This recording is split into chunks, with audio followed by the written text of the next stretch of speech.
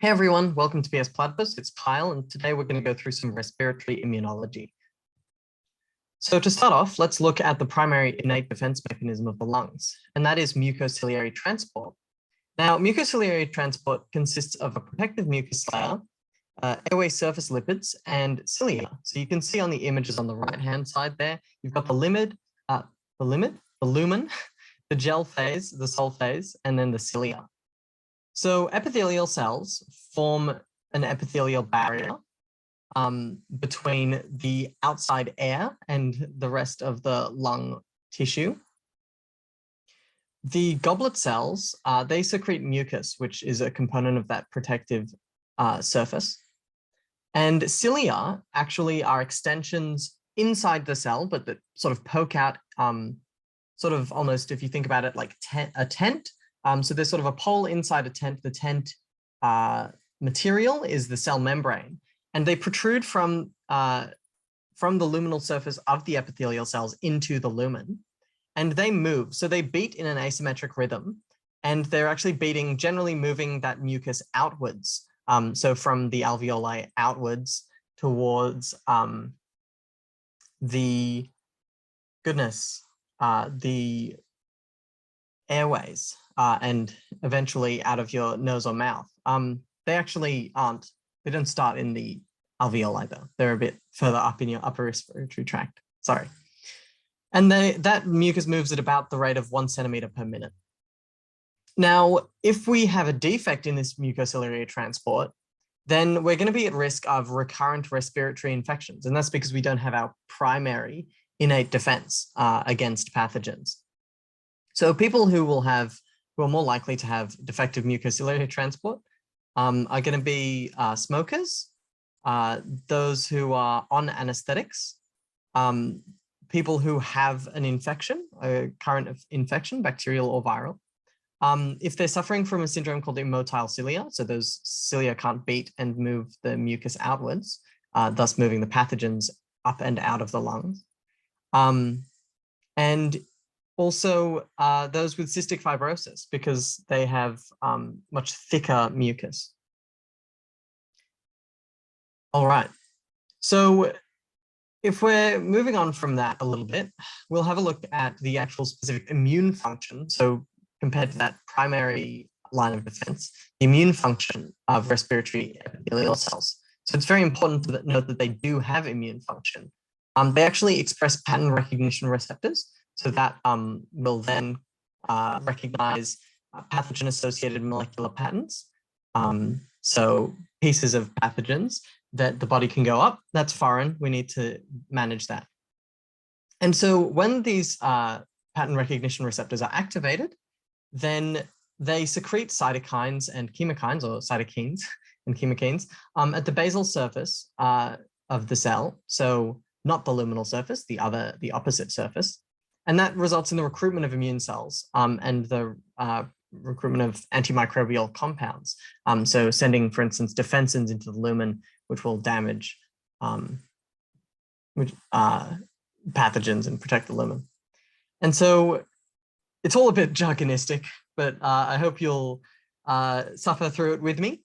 So immune cells, specifically those called ILC3 and Th17 or T helper cell 17, which exist in the lamina propria, so that layer below the epithelium, or bronchus-associated lymphoid tissue. So these immune cells, ILC3 and Th17, are in those areas, lamina propria or BALT.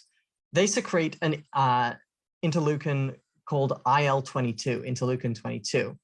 And what this interleukin does is stimulates the proliferation of epithelial cells, so to promote barrier integrity. So you can imagine if you have damage to the epithelial wall, then you have damage to that barrier. Pathogens can enter from the airways into deeper tissue.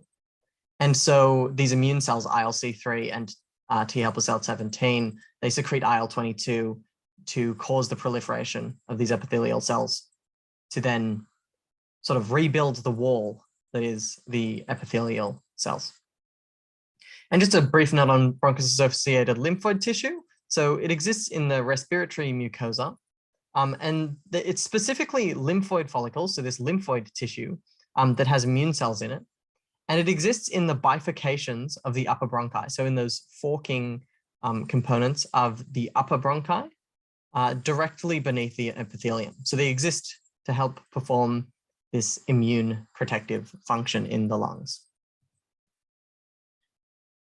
Moving on, we've got lung macrophages. So they protect, they do our lovely phagocytosis and help manage pathogens in the lungs. So we have two types of lung macrophages, alveolar and interstitial. So alveolar macrophages and interstitial macrophages. Alveolar macrophages, and they exist in the alveoli. As you can see in the second or sort of middle image there, we've got a macrophage sitting inside an alveolus.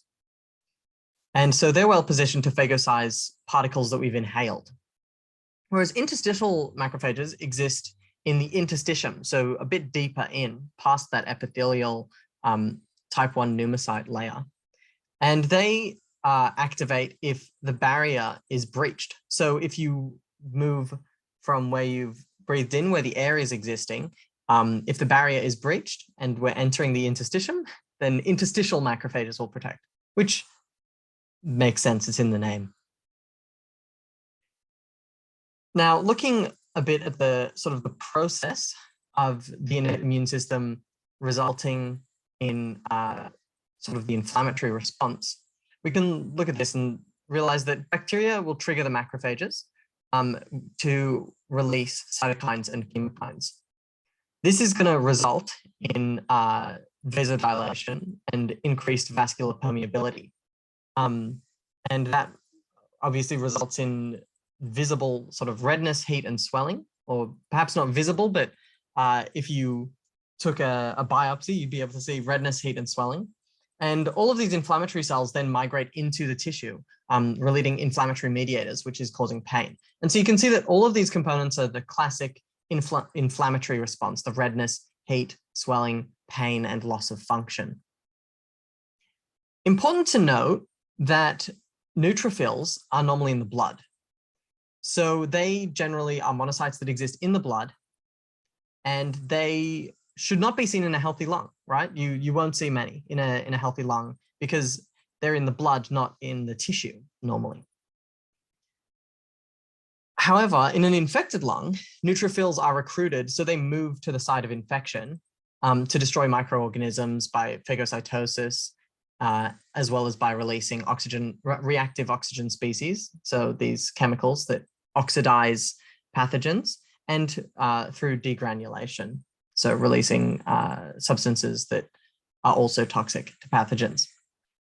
And this is similar in pneumonia, so lung infection, that's what pneumonia means. But we need to notice that that actually results in damage to the lungs, or pulmonary damage. Now, when we're looking, we've moved on from the innate immune system to the adaptive immune system. So that innate non-specific immunity, a bit simpler, more of a rapid response, whereas the adaptive immune system, it takes a longer process, but it's specific to the pathogen and is potentially more effective. But it's obviously only recruited once the innate immune system, when the innate immune system hasn't dealt with the infection very quickly. Right? So to start off with, let's talk about the three types of professional antigen presenting cells. We've got dendritic cells, macrophages, and B lymphocytes, or B cells. Now, what we're looking at specifically here is just the dendritic cell, but these processes are relatively similar. So the dendritic cell phagocytoses an antigen at the mucosal surface. So it eats up the pathogen and chops it up into antigens. Then it travels to the lymph nodes, either via the lymphatics or via that bronchus-associated lymphoid tissue. It presents the antigen as a peptide to T cells, which activates T cells. And then those activated T cells migrate to the mucosal tissue, which is the site of infection. And then cytotoxic T cells kill virus-infected host cells. And T helper cells will also activate the humoral component of adaptive immunity which has to do with antibodies, which we'll talk about a little bit more. So we've got CD4 plus T cells, and those are T helper cells, or they become T helper cells when they're differentiated and activated. Now, T helper cells then subsequently activate B cells, and those B cells differentiate into plasma cells, which are the active B cells that are producing and secreting antibodies specific to the antigen that they've been presented. And then on top of that, T cell cytokines or cytokines, I'm sorry, I'm pronouncing it both ways because I have an odd accent. T cell cytokines, they regulate the B cell production of different antibody classes. So there's sort of three concepts here. The T cells differentiating to become helper T cells, the T helper cells activating B cells, which is then resulting in plasma cells and thus antibodies.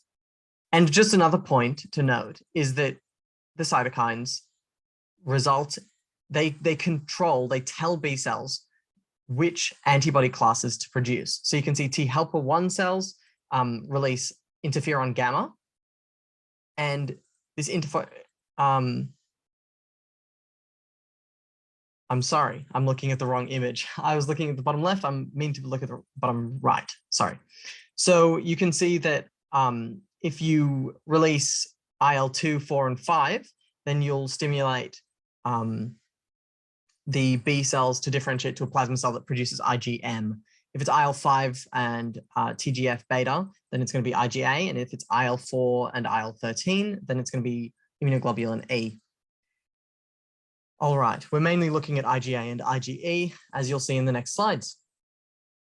So let's talk a bit about immunoglobulin A. So there's actually two subtypes of immunoglobulin A, and they're functionally distinct. So they perform different functions, almost opposite functions, but mainly just different functions. Let's use that. So IgA1 is generally a monomer, whereas IgA2 is generally a dimer. So you've got two IgA2s sort of attached to each other at that sort of secretory component J chain you can see in the bottom right image. So IgA1 is mainly in the serum, so that watery component of your blood, and they are pro-inflammatory. So they stimulate or increase inflammation. IgA2, on the other hand, is mainly in mucosal secretions, so your mucus, and it's non-inflammatory. So that's one way we can categorize them. We can also categorize them as serum versus secretory IgA. And I think the important thing to note briefly is that not all serum IgA is IgA1, but most of it is. And not all secretory IgA is IgA2, but most of it is. So serum IgA binds to the fragment crystallizable immunoglobulin A receptor on innate immune cells. That's what FCAR means. It basically means it's a receptor that binds to the one end of the immunoglobulin, and it is specific to immunoglobulin A, and it's a receptor, that's the R. So it binds to that on innate immune cells, and that leads to a bunch of stuff that is used to fight off pathogens. So as you can see listed there. Now, we can see that that's all sort of inflammatory and really aggressive. IgA2, on the other hand, secretory IgA, has a non-inflammatory mechanism to bind and neutralize pathogens and toxins.